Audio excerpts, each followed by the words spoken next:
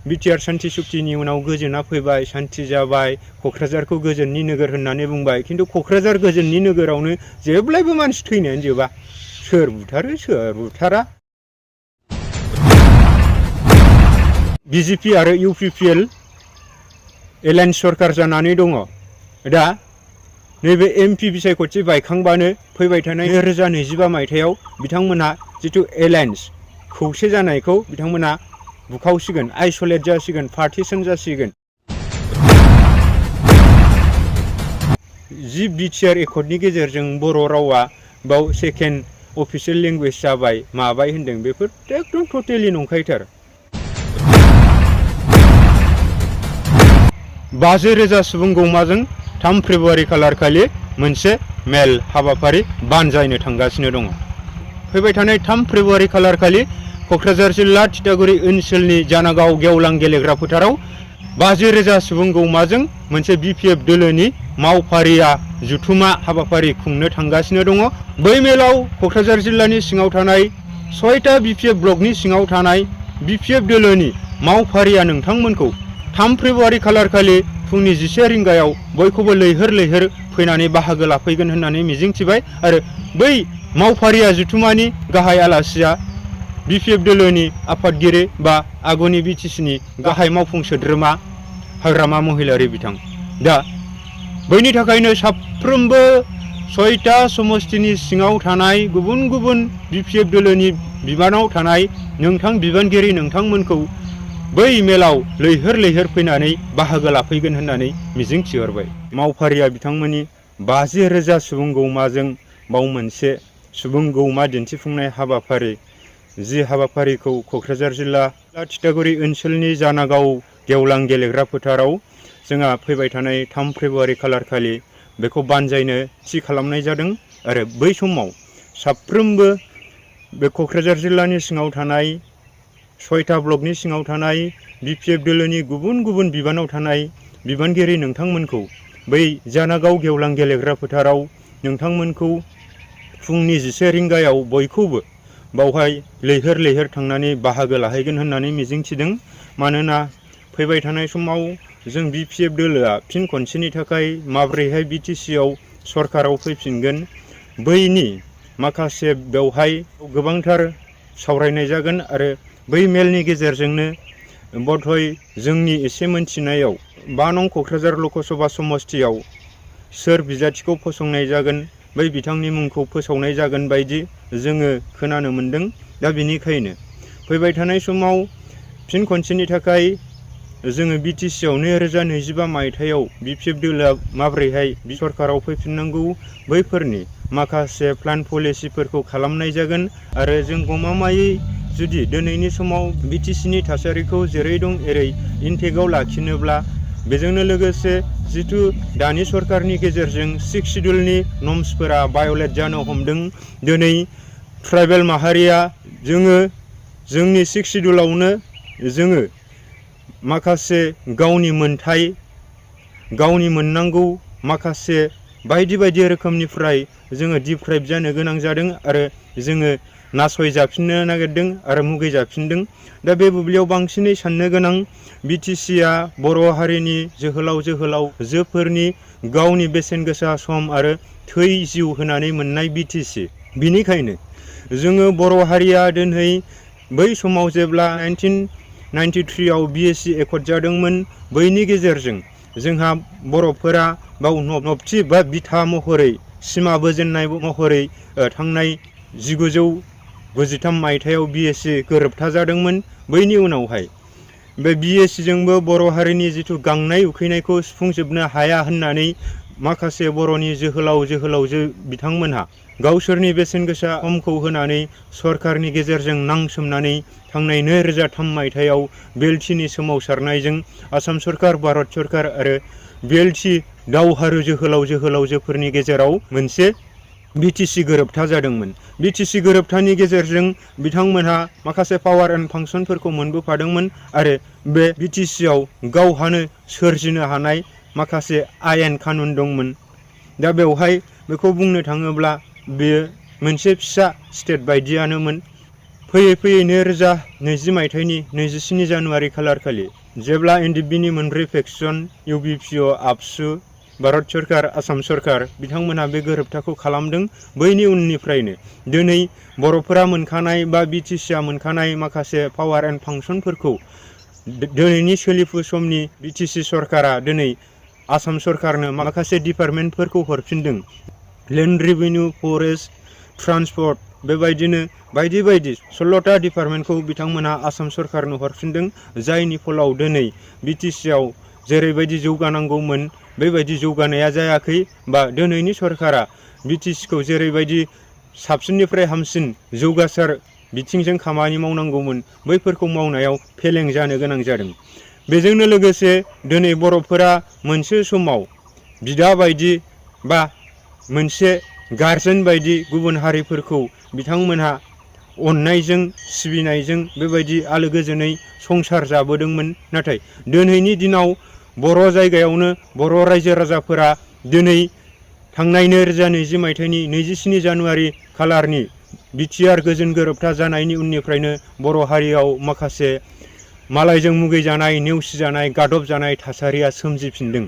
आरो दिनै 6 सिड्युलाव जों ट्राइबेल माहारिफोरनि थाखायसो बे 6 सिड्युलखौ जोंनि प्रटेक्सन, जोंनि थांनानै थानायनि थाखायसो बे 6 सिड्युलखौ एमेन्डमेन्ट खालामनानै थांनाय 2003 मायथाइयाव बेलटिनि गोरोबथानि गेजेरजों नैबे बिटिसिखौ भारत सरकारा जों ट्राइबेल माहारिफोरनि थाखाय दानानै होदोंमोन। नाथाय दिनै जोङो जोंनि हायावनो दिनै जों 6 सिड्युलखौ मानि थाखाय होनाय जायो? बै ट्राइबेल माहारिफोरा गोजौ थाखोनि नङा। बिथांमोना हाग्रा बंग्राजों सोमोन्दो लानानै हाग्रा बंग्रायाव बिथांमोना माइ आबाद बायदि बायदि आबाद नाहा मैहा थांनानै बेबायदिनो एसे जाम्बासियान थांनानै थाग्राखाय बे 6 सिड्युलखौ नोंथांमोना बावनो मावै दाङै जादो, बे नोंथांमोननि रायजो, बे नोंथांमोननि हा होननानै जों ट्राइबेल माहारिफोरनो होदोंमोन। दा बेवहाय दिनै 2003 मायथाइनिफ्राय बर' हारिजों लोगोसे गुबुन ट्राइबेल माहारियाबो नाहा मैहा हाग्रा बंग्रा बनलाय अन्थाइ देनानै सोलिबोदोंमोन। नाथाय दिनैनि समाव दिनै बांसिनै बर' हारिनि गेजेराव बर'नि सरकार थासेयावबो दिनै बांसिनै 2020 मायथाइनि 27 जानुवारि खालारनि उननिफ्रायनो बर' हारिनि जाय गोरिब दुखि बिमा बिफा बिथांमोना हाग्रायाव थांनानै बनलाय लायनो हाला, बेयाव थांबानो बुजायो, बैयाव थांबानो गुलि गावथार जायो नंखायै फान्दाय जानानै। दा बैफोरबायदियाव जों बर' हारिया जों बर' हारि होननानै थांनानै थानांगौनि थाखाय जों माब्रैबा फिन खनसेनि थाखाय बिटिसिआव बिपिएफ दोलोनि सरकारखौ लाबोफिननो हागोन?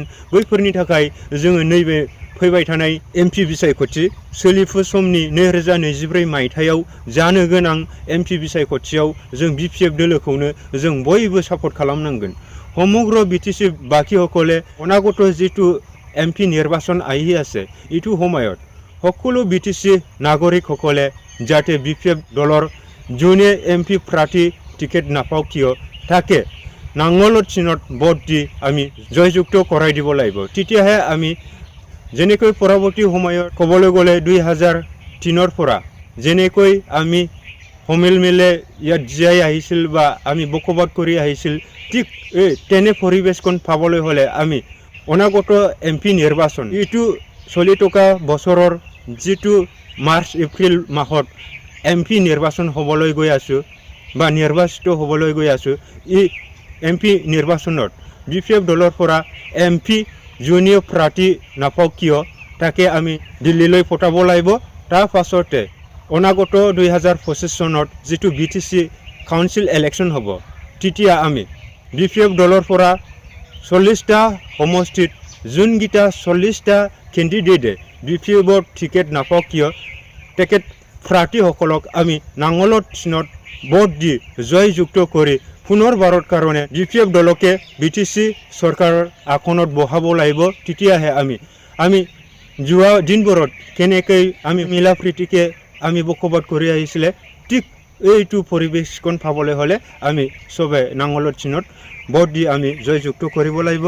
কিয়নো আপোনালোকে দেখিব পাই আছোঁ যোৱা 2020-27 জানুৱাৰীত যেতিয়া বিটিআৰ শান্তি চুক্তি হৈছিলে তেতিয়াৰ পৰা এই বিটিচিখনত কোনো এটা শান্তি পৰিৱেশ আমি দেখিব পোৱা নাই। তাৰ কাৰণে যদি আমি এই বিটিচিত ইউনিয়ন লাগে ইউনিটি লাগে, ডেভেলপমেন্ট লাগে, তেতিয়া হলে আমি পুনর্বাৰৰ কাৰণে বিপিএফ দলকে বিটিসি সরকার হাকনত বহাই কিনি আমি পুনরায় যোৱা দিনবোৰত আমি যেনেকৈ আমি বকবাদ কৰি আহিছিল ঠিক তেনে সিচুৱেশ্যন বা পৰিৱেশখন পাবলৈ হ'লে আমি বিপিএফ দলকে আমি সাপোর্ট কৰি বা সহায় কৰি বিপিএফ দলৰ পৰা যোনকেইটা MCLA টিকেট নাপাওঁ কিয় তেখেতসকলক আমি নাঙলৰ চিনত ভোট দি জয়যুক্ত কৰিব লাগিব।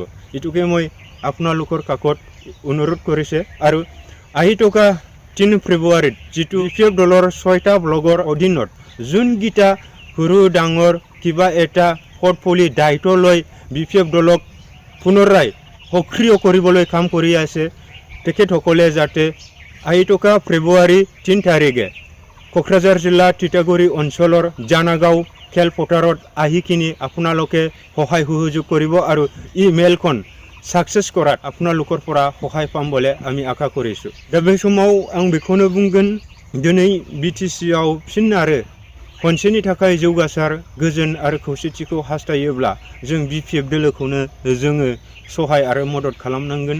मानोना दिनैनि बिटिसिनि कोआलिशन सरकार UPPL, GSP, BJP बिथांमोना जों ट्राइबेल माहारिफोरनि थाखाय बा बिटिसिनि थागिबिफोरनि थाखाय जेबो जौगासारनायनि खामानि मावनो हायाखै। बिथांमोना दानि सरकाराव थानाय बिथां दैदेनगिरिमोना खालि मालायखौ हमासलना खालामनाय, मालायखौ मुं सुनाय, मालायखौ माब्रैबा गाज्रि सोदोब बाहायनानै नारदोना दोननो हागोन बेबायदिखौल' सानदों। आरो बिथांमोना सानदों फैबाय थानाय समाव UPPL बा नैबे कोआलिशन सरकारा बा सरकार दाफिननो हागोन ना हाया गावसोरनि EM बिथांमोनहानो गिखांनाय दङ। दिनै बिथांमोना माखासे प्रग्राम खालामनानै मेल मिटिं खालामनानै फैसाखौ बोरै आदाय खालामनो हागोन बेबायदिनिल' टारगेट खालामदों। बिथांमोना डेभेलपमेन्ट स्किमनि थाखाय मोनसेबो खामानि मावनो हायाखै आरो हानायबो नङा। दिनै फेरेंगाया बेसेबांबा हाजार साख्रि होगोन होननानै बुंदों, नाथाय बिटिसिआ साखरि होनो हानाय क्षमता गैया। बेखौ फरेस्ट डिपार्टमेन्टआव साखरि होयोबा स्टेट गभर्नमेन्टआसो होगोन, स्टेट सरकार बा आसाम सरकारासो होगोन। दा फेरेंगा मोना गावसोर बिटिसि सरकार सलायनायखाय बेखौनो गावसोर होगोन होननानै बिसोर बुंथिंलाबायदों। उनाव जुदि साखरि मोनमारोब्लाबो बिथांमोना होनाय नङा, रायजोफोर स्टेट सरकारा होनायसो। मानोना बिटिसिनि आखायाव साखरि होनो हानाय जेबो क्षमता गैया। थानाय मोनब्ला दिनै 4 बोसोराव नैबे कोआलिशन सरकार बा UPPL सरकारा बिटिसिआव 4 बोसोर जाबाय, दिनैसिम रावबो साख्रि होनो हायाखै। दा बेखायनो जों बेखौ बुंगोन दिनै जुदि गोजोन आरो खौसेथिखौ नांगौब्ला जेरैहाय नोङो नाहा मैहा थांनाय, बनलाय लायनाय बैफोरावबो बुख्रुब सुख्रुब खालामजानाय, गावथारजानाय बैफोरनिफ्राय जोङो रैखाथि मोननांगौब्ला बा मावै दाङै जोङो थांनानै थाफिननो हानांगौब्ला दिनै जोङो बिटिसिआव बिपिएफ दोलोखौनो लाबोनांगोन। बिनि अनगा आदार गुबुन जेबो अपसन गैया। बिपिएफ दोलोआनो समग्र बिटिसिआव थानाय थागिबि जनगोष्ठीफोरनि थाखाय जोनोम मोनदों। बे बिटिसिआव थानाय मोनफ्रोमबो राव रायग्रा गुबुन गुबुन हारि हारिसानि गुबुन गुबुन धोरोम सिबियारिफोरखौ माब्रैबा खौसेयै मोनसे जौसाङाव थानानै माब्रैबा जौगासार बिथिंजों दावगाहोलांनो हागोन बैबायदि मोनसेल' आफाद दं होनोब्ला बिपिएफ पलिटिकल पार्टी। 2005 मायथाइयाव बिपिएफ पलिटिकल पार्टीखौ फर्म खालामनानै बिथांमोना बेबायदिनो बयजोंबो गुबुन गुबुन राव रायग्रा, गुबुन गुबुन धोरोम सिबियारि, गुबुन गुबुन हारि माहारिनि मानसिफोरखौ ज' बोनथुमना लानानै जौगासारनायनि हाबाखौ मावबोदों। आरो फिन खनसेनि थाखाय सरकार फैयोब्ला बे बिपिएफ दोलोनि गेजेरजोंनो जौगासारनाया फैगोन, अनलायनाया फैगोन। दिनै नोंथांमोना बुंनो सानदों नामा दिनै सुपार मिशन 50, आं सुपार मिशन 50 खौ गाज्रि मोनाखै, नाथाय बिथांमोनहा सुपार मिशन 50 लानाया जाफुंबाय, बिनि गेजेरजों जाफुंदों होनदों, जों वेलकाम खालामो। नाथाय दिनै जाय सुपार मिशन 50 आव गैया, जाय नांगोल सापर्टारफोर बिथांमोनहाबो दिनै UPC क्रेक खालामदों। गोबाङानो UPC क्रेक खालामनानै बेबायदिनो गुबुन गुबुन बिफानाव बिथांमोनहाबो एपइन्टमेन्ट जादों। दा बिनिखायनो बेखौबो जों बुंनो सानो बिपिएफ सरकार थानाय समावबो बेबायदि UPSC कर्सनि थाखाय बिथांमोना बिपिएफ दोलोनिफ्राय माखासे फाइनान्सियेल एड हरनाय जायोमोन, बै समनिफ्रायनो होबोखादों। दिनैनि सरकारा होदों, नाथाय आं बुंनो लानाया बेसो दिनै जाय बिथांमोना दिनै बिटिसि सरकारनिफ्राय फाइनान्सियेल एसिस्टेन्ट लायालासिनो बा फाइनान्सियेल एड लायालासिनो जाय बिथांमोनहा दिनै UPSC क्रेक खालामना गुबुन गुबुन बिफानाव साख्रि मोन्दों बेफोर नांगोल सापर्टार BPF खौ सहाय होनाय BPF न'खरनि बिथांमोनहाबो गोबां पास जादों। दा बेखायनो बे पास जानायखौ जों बयखौबो वेलकाम खालामो, बयनिसिमबो जों अननाय आरो मोजां मोननायखौ बावहरो आरो बिथांमोनखौ जों अलवेज जोंनि मोनसे बा जोंनि थरसे थरसे गोजों हाथरखि अलंबार होननानै जों साननानै लायो। बर' हारिखौ उननि समाव रिप्रेजेन्ट खालामनांगौआ बिथांमोननि दायित्व आरो जों बयनिबो दायित्व। दा बेखायनो जोङो दिनै जौगाबाय गोजोन फैबाय होनबाल' जानाय नङा।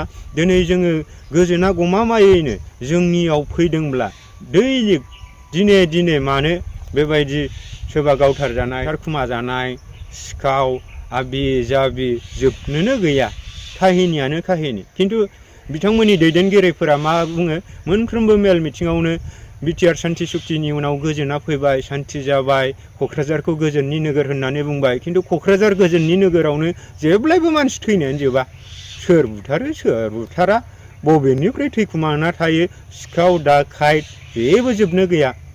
दा बेखायनो सोरनिबा बुंनायाव बे बुंनायखौ खोनासंनानै बे क'क्राझारा गोजोननि नोगोर जामारबाय बा सान्थि सुक्तिनि उनाव BTC आव गोजोना फैबाय होनबा जानाय नङा। जों प्रेक्टिकेलि एक्सुवेलाव जोंनि मेगनजों नुनांगोन गोजोना फैदोंब्ला। खिन्थु जों बुंगोन गोजोना फैयाखै। बिटिआर सान्थि सुक्तिनि गेजेरजों गोजोना फैदों होनोब्ला बै समाव बिदा फंबाय बिर जोहोलावजो बिथांमोना हाथियार लायोमोन बा बैनि सिगांबो बर' हारिया समायसा दंमोनखाय बर' हारिखौ जोङो बर' हारि बायदि गायसननांगौनि बेलायाव जोंनि बिर जोहोलावजोफोरा सिन्था दारा खालामनानै हाथियारनि गेजेरजों नांसोमब्लासो बर' हारिखौ एसेबाबो अनसायगोन, बर' हारिखौ सिनायगोन, अब्लासो जों बर'खौ बर' हारि होननानै गायसननो हागोन होननानै बै समनिफ्राय बिथांमोना हाथियारनि गेजेरजों सरखारजों दावहा होदोंमोन। बैनिफ्राय दिनै जोङो माखासे गैयैखौ जोङो बिख'ना लानो हादों। मानोना बर'फोरा उइदाउट सोमावसारालासेनो जेबो मोनफेराखै।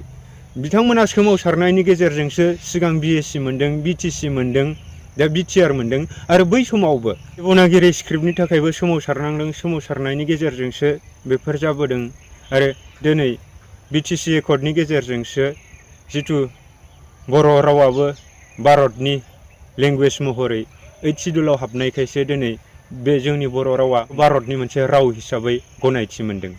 दा बर' रावा भारतनि मोनसे राव महरै गनायथि मोननायखायसो दिनै साहित्य एकाडेमिफोरखौ मोननो हादों, PhD खालामनो हादों, डक्टरेट खालामनो हादों बा गोजौ थाखोआव जेरै MA फोराव जोंनि बर' साबजेक्टखौ लानानैनो जोङो मास्टार डिग्री खालामनो हानाय जैगथाफोरा फैदों। बेफोर क्रेडिटफोरा गासिबो हाग्रामा महिलारि बिथां BLTनि माखासे मावथि हान्जाफोर, आगुनि जोंनि बर'नि इन्टेलेक्सुयेलफोर, आगुनि जोंनि बर'नि आबसु दैदेनगिरिफोर बिथांमोननि सुप्रिम सेक्रिफाइस होनायखायसो बैफोरो दिनै मोनफा मोनफा जाबोजोबदों। बिनि थाखायनो दिनै जि BTR एकर्डनि गेजेरजों बर' रावा बाव सेकेन्ड अफिसियेल लेंगुवेज जाबाय माबाय होनदों, बेफोर एकदम टटेलि नंखायथार।